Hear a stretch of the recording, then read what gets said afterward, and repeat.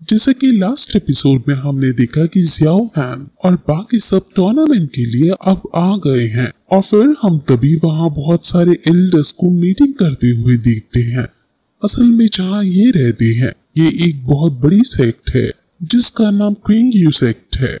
Elders blood refining hall की बातें करते हैं जहाँ हमें पता चलता है कि ब्लड रिफाइनिंग हॉल एकदम बर्बाद हो चुका है, उसकी स्ट्रेंथ भी बहुत कम हो चुकी है।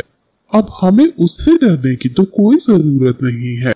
बिग बैंगू पीक का एल्डर कैंग सॉन्ग से कहता है कि आपका डेविल स्कूल का ओपिनियन जो है, क्या आप श्योर हो उस बारे में? ये सभी एल्डर्स यहाँ अपने स्टूडेंट्स की और अच्छे से हाई लेवल कैसे ट्रेनिंग कराई जाए उसके बारे में डिस्कस कर रहे हैं। जहाँ अब मेन हेड बोलते हैं कि डेमन से छुटकारा पाने के लिए मैं उत्तरदायित्व रखता हूँ। हमें फैंसियांग वैली और तियानयन टेम्पल को एक साथ मिलाना होगा। उनसे उनके डिसाइपल्स मांगने होंगे ताकि वो हमारी हेल्प कर सके।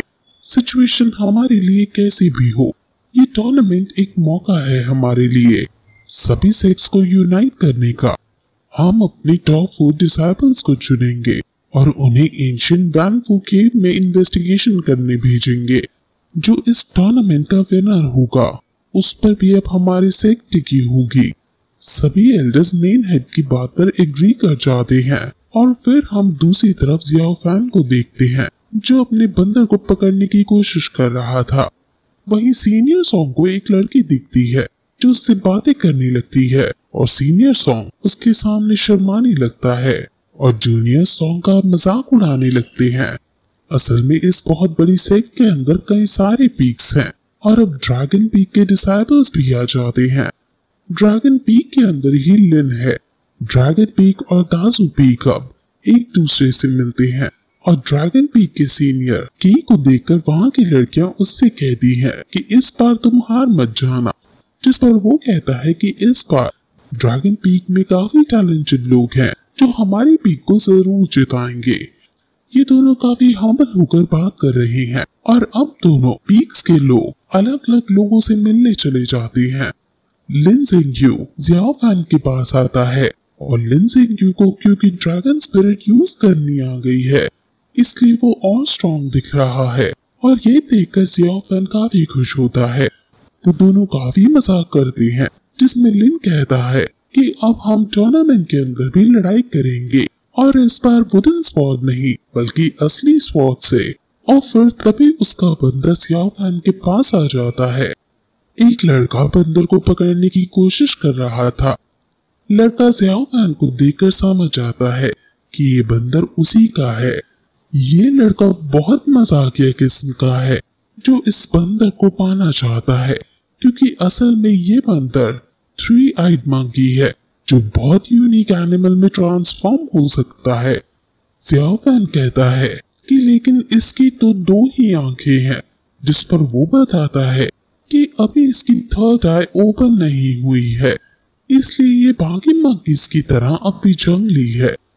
अब फिर हर जगह ढोल नगाड़े बजने लगते हैं और सभी डिसाइपल्स एरिना में आने लगते हैं।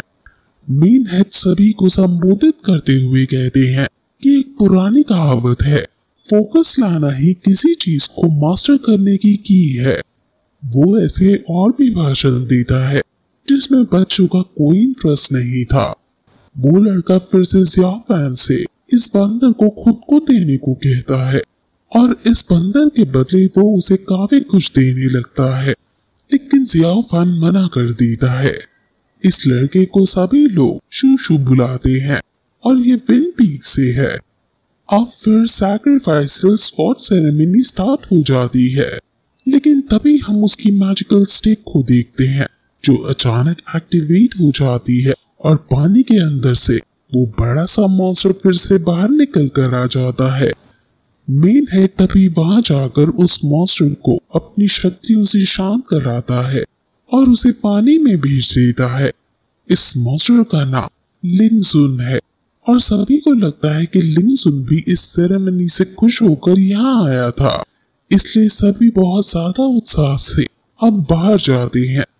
अब फिर एक एल्डर जीतने वाले का नाम घोषित करता है और कहता है कि जो भी जीतेगा उसे ये हेक्सागोनल मिरर मिलेगा।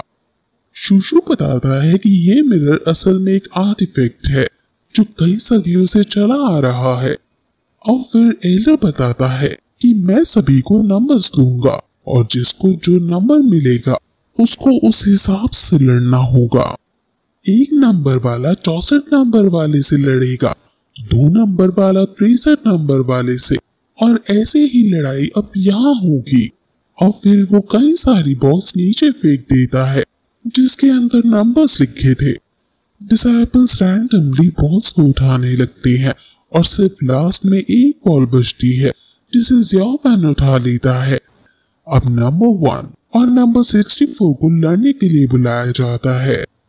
अब नंबर 1 को बुलाया जाता है और नंबर 1 और किसी का नहीं बल्कि ज़ियाओ फैन का ही होता है। अब नंबर 64 को बुलाया जाता है लेकिन नंबर 64 किसी ने नहीं चुना था, इसलिए ज़ियाओ फैन को बिना लड़े ही राउंड 2 के लिए प्रमोट कर दिया जाता है। अब नंबर 2 और नंबर 63 को बुलाया जाता है और उनके बीच काफी आइकॉनिक लेवल की फाइट होती है। ये नॉकआउट मैच हो रहे हैं और अब कई सारे मैचेस के बाद सन पीक के शेन तियानडो और बिग बैम्बू पीक की सीनियर गोल्डफिश, जिसका असली नाम तियान लिंगर है, उसको बुलाया जाता है। शेन तियानडो बहुत ज्यादा शक्तिशाली है और इसने पिछले मैचेस में एक साथ 2 मास्टर्स को एक साथ हरा दिया था, इसलिए सॉन्ग गोल्डफिश को सावधान करता है। लेकिन गोल्डफिश बहुत कॉन्फिडेंटली आगे बढ़ जाती है और अब दोनों के बीच फाइट शुरू होती है। तियानडो अपनी पावर्स का इस्तेमाल करके उस पर बहुत सारे पत्थर मारता है और वो उससे बचने की कोशिश करती है, लेकिन काफी मेहनत के बाद भी वो पूरी तरह से ओवरकम नहीं कर पा रही होती क्योंकि तियानडो बहुत ज्यादा एक्सपीरियंस्ड है। ये देखकर कि गोल्डफिश हार रही है, ज़ियाओ फैन को बुरा लगता है और वो वहाँ शूशू भी उसे तंग करने को आ जाता है। गोल्डफिश काफी मेहनत करने के बाद भी हार रही थी और जब तियानडो गोल्डफिश को पूरी तरह से पत्थरों में बांध देता है तो अचानक ज़ियाओ फैन का मैजिकल स्टोन फिर से एक्टिवेट हो जाता है और एक मिस्टीरियस इनविजिबल शक्ति गोल्डफिश के आसपास आ जाती है और वो पत्थर अपने आप टूट जाते हैं और गोल्डफिश तुरंत तियानडो पर हमला कर देती है और उसके साथ साथ वो मिस्टीरियस इनविजिबल पावर भी तियानडो पर हमला कर रही है। इसलिए तियानडो गोल्डफिश से ज्यादा ताकतवर होने के बावजूद भी उससे हारने लगता है। अब गोल्डफिश उसको अपने अटैक से बांधने की कोशिश करने लगती है।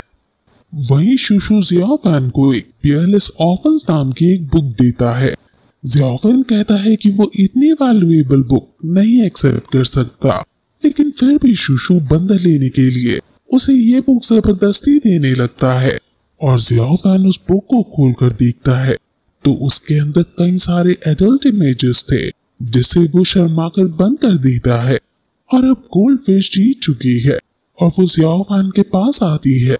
ज़ियाओ फैन वो बुक उससे छुपाने की कोशिश करता है और बहुत वियर्ड सा बिहेव करने लगता है और फिर तभी वहाँ ल्यू ज़ूज़ी आती है और सभी उसकी सुंदरता को देखकर हैरान हो जाते हैं।